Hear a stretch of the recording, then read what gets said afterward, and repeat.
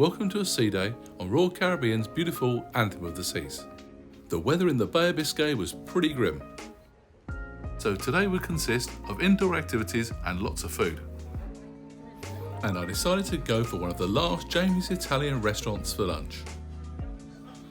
These restaurants were ubiquitous on British high streets before the chain went spectacularly bust in 2019. But first things first, it was time to head to the main dining room for breakfast.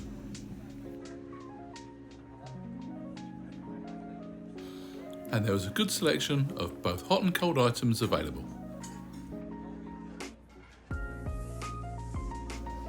I started off with a glass of orange juice, a cup of coffee and a croissant.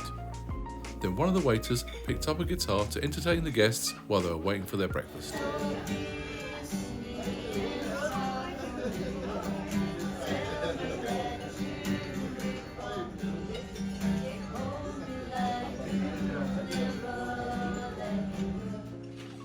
And I went for an omelette, sausage, bacon, corned beef hash and baked beans. And to be fair, this was pretty decent. And now it's time to check out Jamie's Italian. I thought this chain had completely disappeared after its bankruptcy, so I was quite surprised when I looked to book this cruise that there was a Jamie's Italian on board the ship. And as this is a specialty restaurant, there is an additional charge. The restaurant is open for lunch, which has a slightly smaller menu for a cheaper price. And I quickly saw several dishes that I'd really like to try. There was a good selection of wines and cocktails available, a couple of beers and some soft drinks. I'd normally go for a beer, but I just wasn't feeling it, so I decided to go for something else.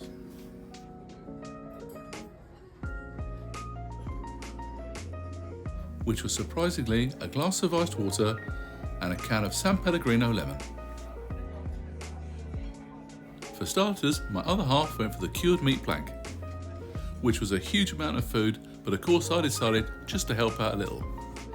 I remember seeing this being constructed on Jamie Oliver's TV show. And if truth be told, it was absolutely delicious. While for my starter, I went for the truffle arancini balls, which were crunchy on the outside and nice and fluffy on the inside. For my main course, I went for the creamy prawn linguine. The pasta was perfectly cooked, and the garlicky prawns and Chianti sauce were absolutely perfect. And the meal also came with a side of roasted broccoli. While my other half chose a classic straight up lasagna. And while that food was very filling, I did have a little space for some dessert.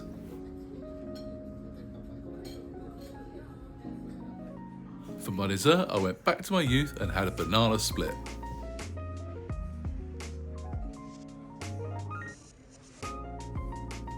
While my other half had an incredible tiramisu. And to make use of the rather expensive drinks package, I went for a Negroni and a grappa. She went for a grappa and limoncello. Now there are some tables outside should you wish to dine al fresco, but not really on a day like today. Overall, I feel the meal here was fantastic. The food was delicious, the service was excellent, and we weren't rushed. We must have been here for about 2 hours just relaxing on this sea day. So if you do get the opportunity to try a Jamie's Italian, do so before they're gone forever. And during the afternoon, we had booked to join the Royal Society of Puzzles, where guests join together to see if they can solve a variety of brainstormers within an allocated time. Quite a popular activity, so please book early, and best of all, it's free.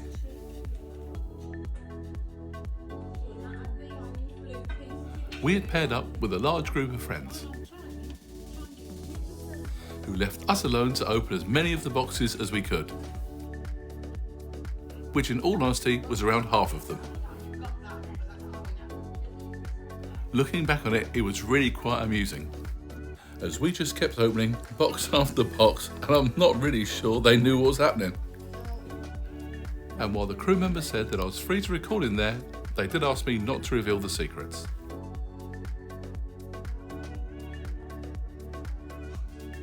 But I will say that on a wet sea day, this really was an enjoyable way to spend some time.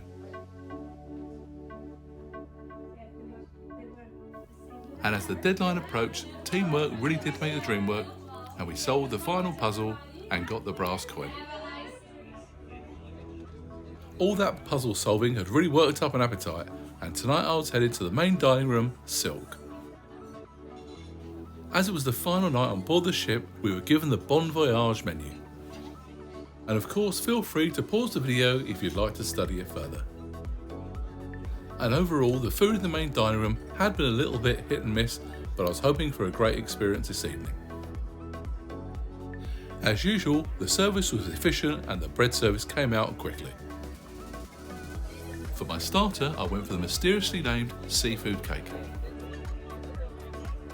And despite never knowing exactly what seafood was contained, this was really nice and the spicy mayonnaise was fantastic. While my other half chose the very substantial Mediterranean tapas medley, which was lovely and fresh. We really chose to have the same dish, but we both really fancied the autumn turkey dinner.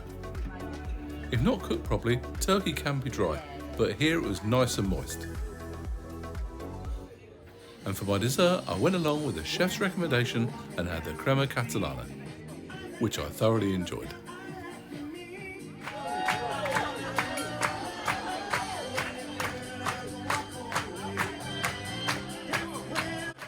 And once the meal was over, the waitstaff came out to clap everybody home.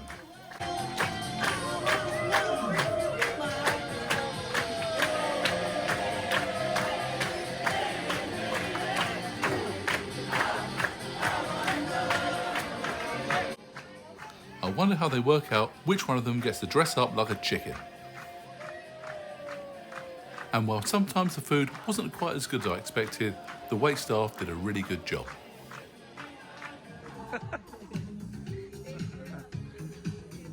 And the evening's entertainment was the find of karaoke superstar in the Royal Theatre. Very good evening, how you all doing tonight?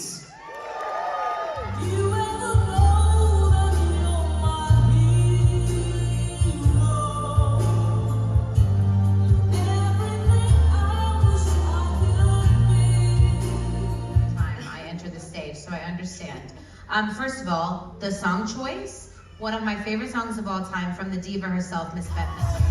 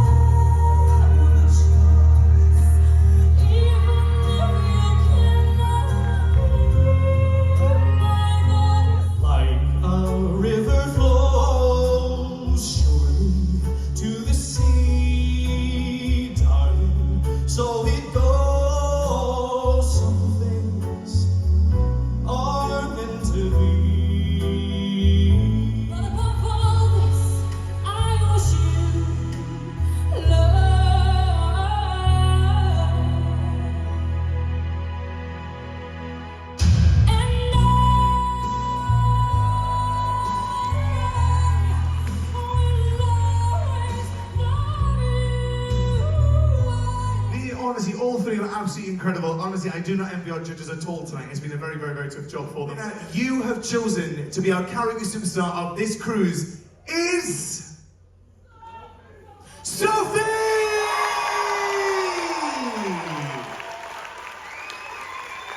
She did an amazing job. Absolutely well done. Wow.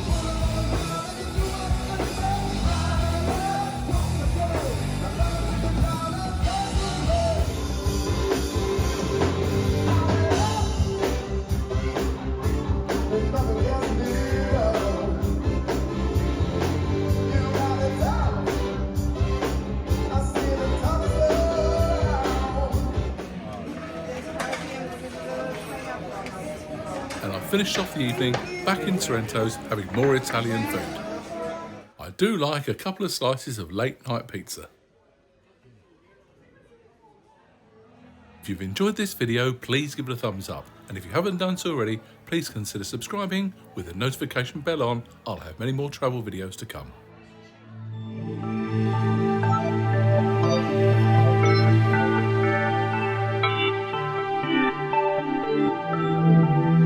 Thank you.